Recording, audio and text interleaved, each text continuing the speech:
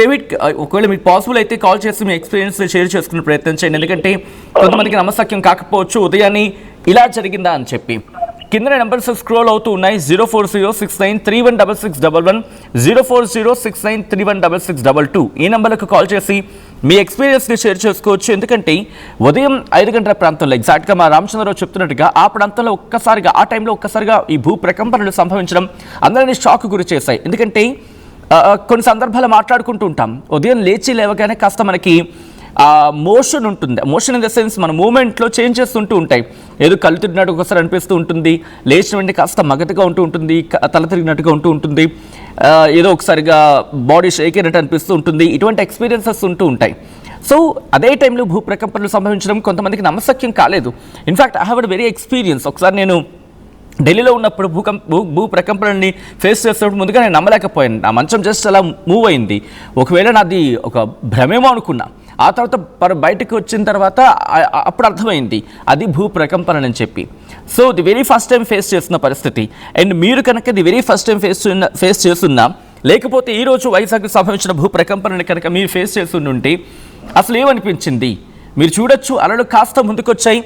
అక్కడ సముద్రంలో అలలు, ఎందుకంటే భూ ప్రకంపనలు ఎప్పుడైతే సంభవిస్తాయో ఆటోమేటిక్గా ప్లేట్ మూమెంట్ కారణంగా, రామచంద్రరావు చెప్పినట్టుగా ప్లేట్ మూమెంట్ కారణంగా ఒక్కసారిగా భూ ప్రకంపనలు సంభవిస్తూ ఉంటాయి. ఆ భూ ప్రకంపనల ధాటికి సముద్రంలో ఆ వేవ్స్ ఇంకాస్త ముందుకు వచ్చే అవకాశం ఉంటుంది. మీరు చూడొచ్చు, సముద్రంలో అలలు రెగ్యులర్గా కన్నా కాస్త ముందుకు వచ్చేసాయి.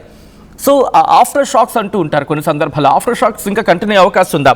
As of now biggest question mark. మళ్ళీ నేను రామచంద్రరావు దగ్గరికి వెళ్ళే ప్రయత్నం చేస్తాను. రామచంద్రరావు, కరెక్ట్గా ఎగ్జాక్ట్గా ఎన్ని గంటల టైంలో ఇది భూ ప్రకంపనలు సంభవించడం జరిగింది? ఇది గాజువాక వరకు, అంటే దాదాపుగా విశాఖపట్నం వ్యాప్తంగా, ఇన్ఫాక్ట్ విజయనగరంలో కూడా భూ ప్రకంపనలు సంభవించాయి అంటున్నారు. ఏం జరిగింది అసలు?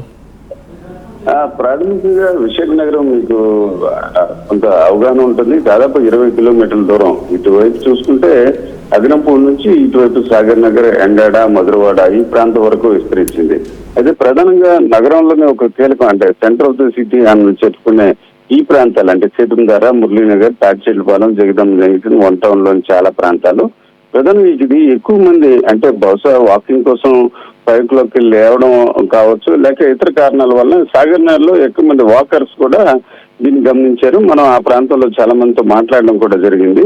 ఒకసారికి భూమి కదిలింది. అయితే వీరందరూ కూడా భూమి మీద అప్పటికే, అంటే ఆ బీచ్ రోడ్ లో నడుస్తున్న దశలో ఒకసారికి కదిలినట్టు, తుల్లి పడినట్టు అట్లాంటి అభిప్రాయం కూడా వాళ్ళకి కలిగింది. అయితే ఇళ్లలో ఉన్నవారు మాత్రం మంచం కదిలింది ఆ సమయంలో, అంటే అది పూర్తిగా నిద్రపోయే సమయం కాదు, అలాగే పూర్తిగా నిద్ర నుంచి లేచే సమయం కాదు. ఒక జస్ట్ ఇంకొద్ది సేపట్లో అయితే పూర్తిగా రిలాక్స్ గా నిద్ర లేచే టైము. అట్లాంటి టైం అంటే ఎర్లీ అవర్స్ 5 o'clock జరగడంతో ఒకసారిగా అందరూ కూడా, అంటే మెలకువలో ఉన్నారు, నిద్రలో ఉన్నారు అన్న టైంలో ఇది జరగడంతో అందరూ కూడా అనుభూతిని పొందారు. ఒకసారిగా భూమి కదిలినట్టు, మంచం కదిలినట్టు గమనించారు. అయితే ఆ తర్వాత అంటే అపార్ట్మెంట్ లో చాలా మంది అందరూ ఒకరికొకరితో మాట్లాడుకోవడంతో అందరికీ ఒకే రకమైన పరిస్థితి రావడంతో ఇది ఒక భూమిలో కదలిక వచ్చిందని తెలిసింది. అయితే మన వాతావరణ అధ్యయన అధికారులతో, ప్రొఫెసర్లతో మనం మాట్లాడడం జరిగింది. వారు స్వల్పంగా ఇది ప్రమాదం జరిగే అవకాశం, అంటే తీవ్రంగా నష్టం జరిగే పరిస్థితి లేదని చెప్పడం జరిగింది. అయితే సహజంగా చాలా చోట్ల చూసుకుంటే భూమి కదిలిన తర్వాత మళ్ళీ కదిలే పరిస్థితి కొన్నిసార్లు ఉంటుంది. అయితే అది చాలా తీవ్రంగా భూమిలో కదలిక వచ్చినప్పుడు అట్లాంటి సంఘటనలు జరుగుతాయి. అయితే ఇప్పటికే నేను మీకు చెప్పడం జరిగింది సచిన్, ఇది భూకంప ప్రభావిత ప్రాంతం. అయితే పూర్తిగా భవనాలు కానీ లేక ఇతర భూమి ముక్కలవి అంత తీవ్రత లేనప్పుడు కూడా కొంత, అంటే సహజంగా ఈ ప్రాంతంలో, అంటే ప్రధానంగా చూసుకుంటే ఏదైతే అల్లూరి సీతారామరాజు జిల్లా, ఉమ్మడి విశాఖ జిల్లాలోని చాలా ప్రాంతాలు, తూర్పు కనుమల్లోని కొన్ని భాగాలు ఈ భూకంప ప్రభావిత ప్రాంతాలుగా ఇప్పటికే శాస్త్రవేత్తలు గుర్తించడం జరిగింది. అయితే ఈ ప్లేట్స్ అంతర్గతంగా ఉన్న ప్లేట్స్ లో కొంత మార్పులు జరుగుతుంటే ఆ మార్పులు జరిగే సమయంలో ఈ రకంగా భూమి కదిలినట్టు కనిపిస్తుంది. అయితే ఇది కొన్ని ప్రాంతాల్లో నష్టం జరిగేంత రీతిన ఇక్కడ అలాంటి పరిస్థితులు ఎప్పటికీ ఏర్పడవు. స్వల్పంగా ఇట్లాంటి పరిస్థితులు అప్పుడప్పుడు భూమిలో అంతర్భాగంగా జరిగే మార్పుల వల్ల ఈ రకంగా జరుగుతుందని చెప్తున్నారు. చెప్పడం గతంలో జరిగింది. ఇప్పుడు తాజాగా తెలుసుకుంటే ఇది విశాఖ నగరానికి సముద్రంలో దాదాపు 10 కిలోమీటర్ల లోతులో ఈ కదలిక ఈ భూ ప్రకంపనలకు సంబంధించిన కేంద్రంగా ఏర్పడినట్టు చెప్తున్నారు.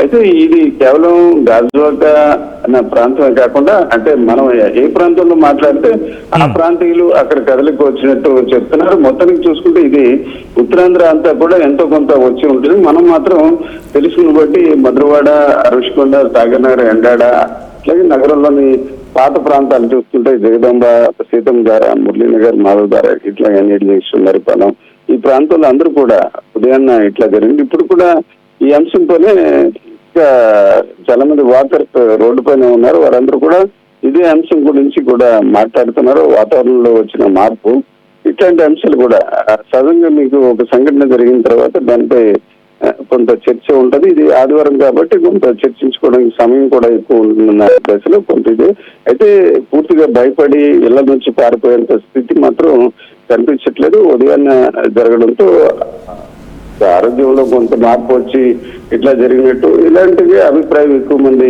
ఉంది. అయితే సామూహికంగా ఈ ఈ ఎక్స్పీరియన్స్ ఉండడంతో తర్వాత ఇది ఒక భూకంపంగా భూ ప్రకంపనగా గుర్తించడం జరిగింది. రామచంద్ర ఒక్కసారి మీ లైన్ లో ఉండే ప్రయత్నం చేయండి. విజయనగరం కూడా వెళ్దాం. విజయనగరంలో కూడా భూ ప్రకంపనలు సంభవించాయని చెప్తూ ఉన్నారు. ఒకసారి విజయనగరం వెళ్దాం. మా ప్రతినిధి రాజేష్ అప్డేట్స్ అందించేందుకు ఫోన్ లైన్ లో జాయిన్ అవుతున్నారు. రాజేష్, ప్రస్తుతం విజయనగరంలో కూడా భూ ప్రకంపనలు సంభవించాయి అంటూ ఉన్నారు. ప్రస్తుతం విజయనగరంలో పరిస్థితి ఏంటి? ఎన్ని గంటల ప్రాంతంలో అక్కడ భూ ప్రకంపనలు సంభవించాయి?